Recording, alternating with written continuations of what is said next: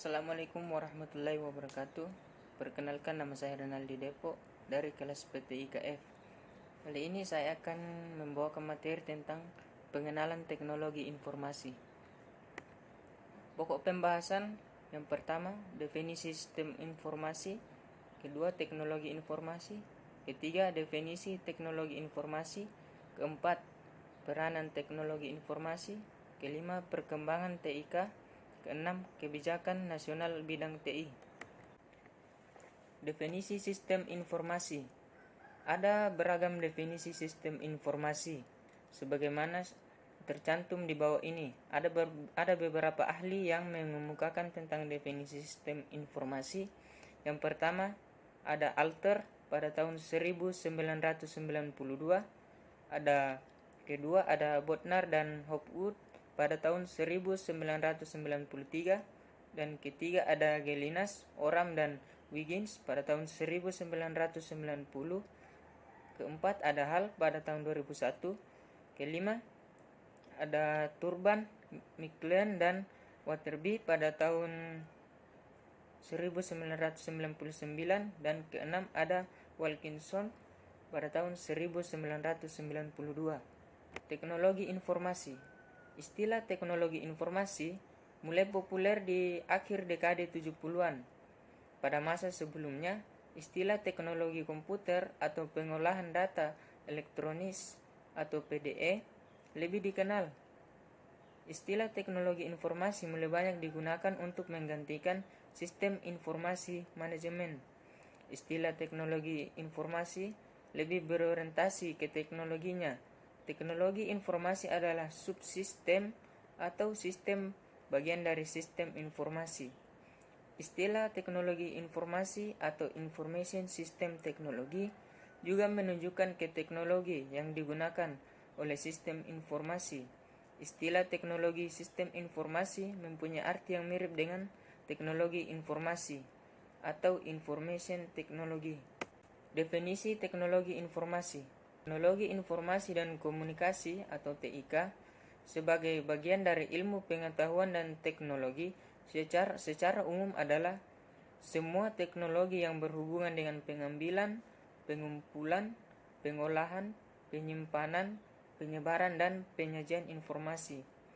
Tercakup dalam definisi tersebut adalah semua perangkat keras, perangkat lunak, kandungan inti, dan infrastruktur komputer maupun telekomunikasi. Istilah TIK atau yang di kalangan negara Asia berbahasa Inggris disebut sebagai Infocom muncul setelah berpadunya teknologi komputer, baik perangkat keras maupun perangkat lunaknya, dan teknologi komunikasi sebagai sarana penyebaran informasi pada tahun kedua abad ke-20. Perpaduan kedua teknologi tersebut berkembang sangat pesat, jauh melampaui bidang-bidang teknologi lainnya. Bahkan sampai awal abad ke-21 ini dipercaya bahwa bidang TIK masih akan terus berkembang pesat. Peran teknologi informasi. Peran teknologi informasi pada aktivitas manusia pada saat ini memang begitu besar. Teknologi informasi telah menjadi fasilitator utama bagi kegiatan-kegiatan bisnis, memberikan andil besar terhadap perubahan-perubahan yang mendasar pada struktur, operasi, dan manajemen organisasi. Berkat teknologi ini, berbagai kemudahan dapat dirasakan oleh manusia. Contoh hasil penerapan teknologi informasi yaitu pengambilan uang melalui ATM, kemudian melalui internet yang dikenal dengan e-komersi atau perdagangan elektronik, transfer uang melalui fasilitas e-banking yang dapat dilakukan di rumah, dan lain-lain. Secara garis besar dapat dikatakan bahwa teknologi informasi menggantikan peran manusia. Dalam hal ini, teknologi informasi melakukan otomasi terhadap suatu tugas atau proses. Kemudian teknologi memperkuat peran manusia, yakni dengan menyajikan informasi terhadap suatu tugas atau proses. Kemudian teknologi informasi berperan dalam restrukturisasi terhadap peran manusia. Dalam hal ini, teknologi berperan dalam melakukan perubahan-perubahan terhadap sekumpulan tugas atau proses. Kedua, kecenderungan teknologi informasi terhadap sistem informasi. Alter pada tahun 1992 mengemukakan berbagai kecenderungan teknologi yang berkaitan dengan sistem informasi, yaitu peningkatan kecepatan dan kapasitas komponen-komponen elektronik, kemudian ketersediaan informasi dalam bentuk digital semakin banyak, portabilitas peralatan-peralatan elektronis semakin meningkat, konektivitas meningkat, kemudahan pemakaian meningkat, dan ketidakmampuan mengotomasikan logika masih berlanjut. Kemudian perkembangan TIK. Pertama adalah temuan telepon oleh Alexander Graham Bell pada tahun 1875. Temuan ini kemudian ditindaklanjuti dengan penggelaran jaringan komunikasi dengan kabel yang melilit seluruh daratan Amerika, bahkan kemudian diikuti pemasangan kabel komunikasi transatlantik. Memasuki abad ke-20, tepatnya antara tahun 1910 sampai 1920, terrealisasi transmisi suara tanpa kabel melalui siaran radio AM yang pertama. Komunikasi suara tanpa kabel segera berkembang pesat dan kemudian bahkan diikuti pula oleh transmisi audio visual tanpa kabel yang berwujud siaran televisi pada tahun 1940-an. Komputer elektronik pertama beroperasi pada tahun 1943 yang kemudian diikuti oleh tahapan miniaturisasi komponen elektronik melalui penemuan transistor pada tahun 1947 dan rangkaian terpadu pada tahun 1957.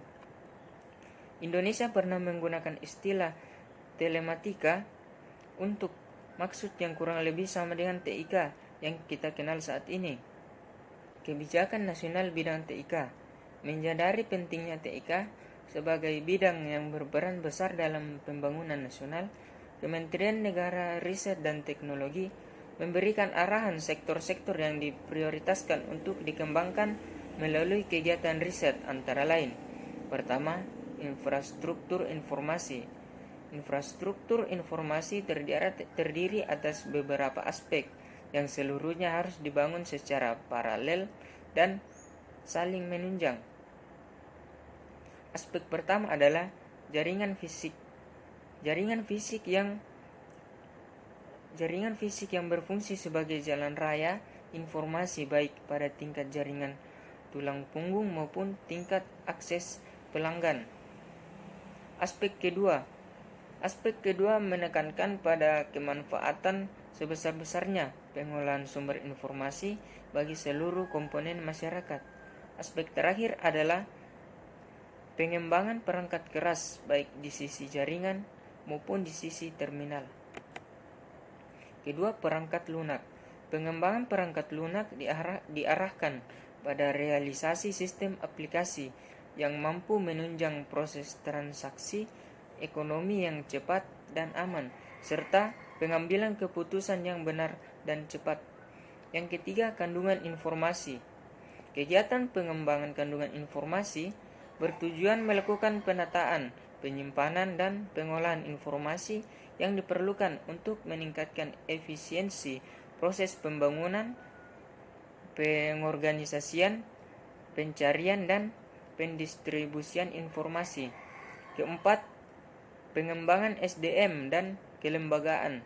Dalam pengembangan sumber daya manusia atau SDM diperlukan upaya peningkatan kemandirian dan keunggulan, yang salah satunya adalah dengan mengembangkan sistem pendidikan dan pelatihan untuk membentuk keahlian dan keterampilan masyarakat dan peneliti dalam bidang teknologi yang strategis, serta mengantisipasi timbulnya kesenjangan keahlian sebagai akibat kemajuan teknologi khususnya teknologi informasi dan komunikasi.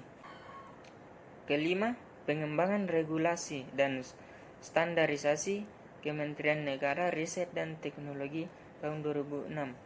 Program kajian regulasi meliputi penyusunan undang-undang dan penyempurnaan berbagai kebijakan terkait bidang teknologi informasi,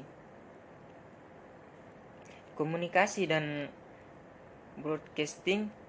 Salah satunya adalah penyempurnaan cetak biru telekomunikasi dan undang-undang telekomunikasi.